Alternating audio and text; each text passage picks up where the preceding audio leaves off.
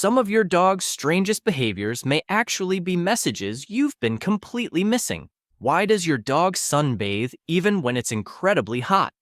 Why does he lick you? And why does he follow you into the bathroom? These behaviors aren't always random, and the real reasons behind them may be far more fascinating than you realize. Let's uncover them all. Number 1. Why does my dog sunbathe? Even in a heat wave? Your dog is not out there for vitamin D. His skin cannot make it. Not one drop. Every bit he has came off a spoon. So why is he lying on burning concrete when the shade is 6 feet away? Watch his face. Jaw slack, ears down, eyes half shut.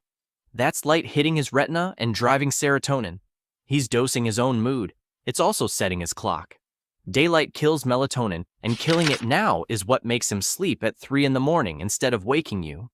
If he's over 7, there's more. Warmth sinks into stiff joints and opens the blood flow. Him hunting new sunny patches isn't confusion, that's a dog treating himself. Wet coat?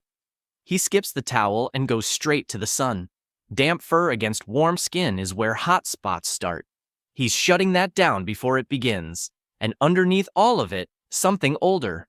A warm patch meant dry ground, dry fur, clear sight lines. Safety. He has central heating now. The wiring never updated. Here's the part that should worry you. He has almost no sweat glands. His warning system fires late, not early. He'll feel pleasantly warm while his core temperature climbs behind the scenes. Dark coat, single coat, flat face. Every one of those cuts his safe time roughly in half. So do this today.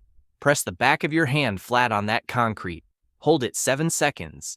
If you pull away, he shouldn't be lying on it. He isn't crazy out there. He's running a program written thousands of years before your patio existed. And that's just one of them. Let's get into the other strange things your dog does every single day. The ones you've watched 100 times and never once understood the meaning of. Number 2. Why he licks you and won't stop. You sit down and he starts. Hand, wrist, ankle, whatever's within reach, and he will not stop. You pull away, and 10 seconds later, he's back at it. 3 things are stacked on top of each other here. The first is old. Puppies lick the mouths of adult dogs for food and reassurance, and that gesture never really leaves. The second is chemistry. Licking releases endorphins in his own brain, which means he isn't only doing it for you, he's doing it because it genuinely feels good to him. The third is information. Salt, skin, whatever you handled today, whatever you ate, your arm is a report he's reading. Here's where it stops being sweet. Licking that turns constant or turns onto himself. One paw, one patch, over and over is a self-soothing loop. Stress, boredom, or something itching. That one needs a vet. Number 3, the shake he does when nothing is wet. He's bone dry. He's been lying still for 10 minutes. And out of nowhere, he stands up and shakes himself off like he just climbed out of a lake. You've watched this 100 times and never once asked why. That shake is a reset button. It lands right after something spiked him. A stranger at the door, a telling off, a tense pass with another dog on the lead. The vet's car park. His body dumps the leftover tension physically, all at once, and then he's done with it, which turns it into a readout you can use. Every time you catch a dry shake, rewind 10 seconds in your head and ask what just happened. That thing is what stressed him. Do that for 2 days and you'll start seeing your dog's stress before it ever reaches his face. Number 4. The paw is a word with 3 meanings. He puts his paw on your arm. You decided years ago that it means feed me. Sometimes, usually not. Watch what that paw does the second you stop stroking him. It lands straight on your hand. That's not a demand for food. That's a demand for continuation. Paw on your leg while you're sitting down is a different one. That's contact, an anchor, a dog borrowing your calm because the room feels loud to him. And there's a third that owners miss completely. Paw combined with leaning away and turning his head off to the side. That's a dog asking you to slow down, not asking you to start something. So the paw is a verb with no noun attached. More. Don't stop. Wait. Your job is finding the noun, and the noun is always in the rest of his body. Number 5. The yawn. That has nothing to do with being tired. You pull him into a hug, you press your face into his neck, and he yawns. Sleepy dog, you thought? It isn't sleepy. A yawn out of nowhere is one of the clearest calming signals a dog owns. It says, I'm uncomfortable, and I'm diffusing this without making it worse. Dogs fire it at each other constantly. Then they fire it at us, and we photograph it. So check the surroundings next time. Kids leaning over him, a phone in his face, held still, a loud room. If the yawn shows up there, that is not a tired dog. Here's the part that stings. He isn't growling, snapping, or walking off. He's asking politely. Most dogs only stop asking politely after nobody listens. Loosen the hug, give him 2 seconds. Watch how fast he comes back on his own terms. Number 6. The grass kick. Every owner explains wrong. He finishes his business, then rips up the grass behind him with those big back leg scrapes. You've told somebody it's him covering it up, like a cat does. It's the exact opposite. Dogs carry scent glands in their paws. Those kicks press his own scent into the ground and fling torn grass and loose dirt around the spot. He isn't hiding the message. He's underlining it, making it bigger, fresher, and visible from 20 feet away. That's also why he does it hard in a new park, harder after another dog has been there, and barely bothers in his own back garden. There's nobody there worth telling. So watch the direction next time. Towards the path, the gate, the corner every dog in the neighborhood walks past. He isn't kicking randomly at all. He's picking an audience, and he's aiming at them. Number 7. The head. Tilt is not what you think it is. You say a word. He tilts his head sideways and holds it there. You melt. You've never once asked what he's actually doing. He's working. 2 things at the same time. He's repositioning his ear flaps to pin down exactly where a sound came from and what made it. And if he has a long muzzle, that tilt physically swings his own snout out of his line of sight, so he can see the bottom half of your face, which is where most of your expression lives. So the tilt isn't cuteness. It's a dog straining to understand you. Test it tonight. Say a word he knows, flat voice, no excitement. Then say a word he's never heard, same tone. The tilt usually shows up on the unfamiliar one. That's the sound of a dog doing homework. Number 8. The guilty look is not guilt. You walk in, bin on its side, rubbish across the floor. And there he is, ears pinned back, head low, whites of his eyes showing, sliding behind the sofa. He looks guilty. He isn't. That has been tested properly, and it fails every time. Researchers ran it clean. Some dogs had actually done the thing, some hadn't. The guilty face didn't track with guilt at all. It tracked with exactly one thing: the owner's face and tone walking through the door. He isn't confessing. He's reading you and diffusing you before it turns bad. He pulls the identical face when the cat knocked the bin over, which means every time you dragged him to the mess and said, "Look what you did," you taught him one lesson. Sometimes you come home angry, and I don't know why.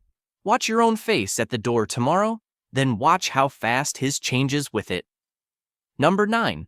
Why he follows you into the bathroom. You shut the door. A nose appears underneath it. You open it, and he walks in, lies down on the mat, and acts like he was invited. Everyone jokes about this one. Nobody asks what it actually is. There are 2 versions, and they look identical from outside. The first is ordinary. Dogs are a group species, and group members don't wander off alone. You disappearing into a small room reads as somebody splitting off. The second version matters far more. If he panics at that closed door, scratching, whining, shoving it, that isn't devotion. That's the first visible edge of separation anxiety, showing up over 90 seconds long before it ever shows up over 8 hours. Test it once. Shut the door, count 60 seconds, listen. Settling on the mat is one dog. Scratching is another, and that one needs work now. Number 10. Why he sniffs every guest in the worst possible place. Your friend walks in. Before you can grab the collar, your dog's nose has gone straight to the one place you'd rather it didn't. You apologize. You blame bad manners. It isn't manners. It's filing. Humans carry a heavy concentration of apocrine sweat glands in exactly those areas, and those glands leak information, age, mood, whether they own animals, whether they're ill. Your dog isn't being crude. He's opening a file on your guest, and he's going straight to the thickest page. Pulling him back by the collar teaches him nothing at all, because the drive behind it doesn't switch off. It just waits. Do this instead. Before the guest even sits down, hand them a treat to scatter on the floor. Nose goes down, the greeting resets, and everybody in the room keeps their dignity. Number 11. Eating grass does not mean he's sick. He's out there tearing at the lawn and chewing it like a cow. You panic slightly, start scanning him for a sick stomach, and start wondering whether tonight ends with something on the carpet. When researchers actually looked at this, the story collapsed. The overwhelming majority of grass-eating dogs showed no signs of illness before doing it, and most didn't vomit afterwards either. The sick dog theory came from owners, not from the dogs. So what is it then? Fiber, texture, boredom, and plain ordinary normal behavior that their ancestors did long before kibble existed. Here's where you should actually pay attention. Not the grass. The pattern? A dog who suddenly starts eating grass frantically, gulping instead of chewing, pacing while he does it, is a different picture and worth a phone call. Casual grazing on a walk is just a dog being a dog. Let him get on with it. Number 12. Why he licks you and won't stop. You sit down and he starts. Hand, wrist, ankle, whatever's within reach, and he will not stop. You pull away, and 10 seconds later he's back at it. 3 things are stacked on top of each other here. The first is old. Puppies lick the mouths of adult dogs for food and reassurance, and that gesture never really leaves. The second is chemistry. Licking releases endorphins in his own brain, which means he isn't only doing it for you. He's doing it because it genuinely feels good to him. The third is information. Salt, skin, whatever you handled today, whatever you ate. Your arm is a report he's reading. Here's where it stops being sweet. Licking that turns constant, or turns onto himself. One paw, one patch, over and over, is a self-soothing loop. Stress, boredom, or something itching. That one needs a vet. Number 13. Why he chews your shoes and never his own toys. A basket full of toys, untouched. And there he is under the table, destroying one of your shoes. Again, never his, always yours. You've decided it's spite, or him getting back at you for going out. It isn't. Dogs don't do revenge. He's chosen the object in the house that smells most like you. That toy from the shop smells of a factory and a warehouse. Your shoe carries your scent at full strength, in the exact spot your foot spent the whole day, and chewing something that smells of you actively lowers stress in a dog who's missing you. So the shoe isn't an insult. It's a compliment with a hole in it. Now the fix, because telling him off afterwards does nothing. Sleep with a cheap toy under your pillow for 2 nights, then hand it to him when you leave. Scent problem, scent answer, shoes go behind a door. So look at what he's actually been doing. Dosing his own mood in the sun, shaking off stress you never saw arrive, asking with his paw, apologizing with a yawn, aiming a message at the gate, working to read the bottom half of your face, reading yours at the door before you've said a word, refusing to let you close a door between you, opening a file on your guests, grazing your lawn for reasons that have nothing to do with being ill, licking you because it genuinely feels good to him, and destroying your shoe because it smells like the person he's missing. None of it is a quirk. All of it is language. You've been living with a dog who talks all day long, and nobody ever handed you the dictionary. So here's tonight. One thing you owe him back, because it's the one part he genuinely cannot judge for himself. Go outside. Press the back of your hand flat on the concrete where he sunbathes. Hold it 7 seconds. If you have to pull away, He should not be lying on it. Then tell me in the comments. Passed or failed, and his age right next to it. The failures always come off the same 3 surfaces, and I want to see whether yours matches. And drop the number of the one he does the most. The nose under the bathroom door is 8. I already know how many of you are typing it. Subscribe, because every week I take one more thing your dog does and tell you exactly what he meant by it.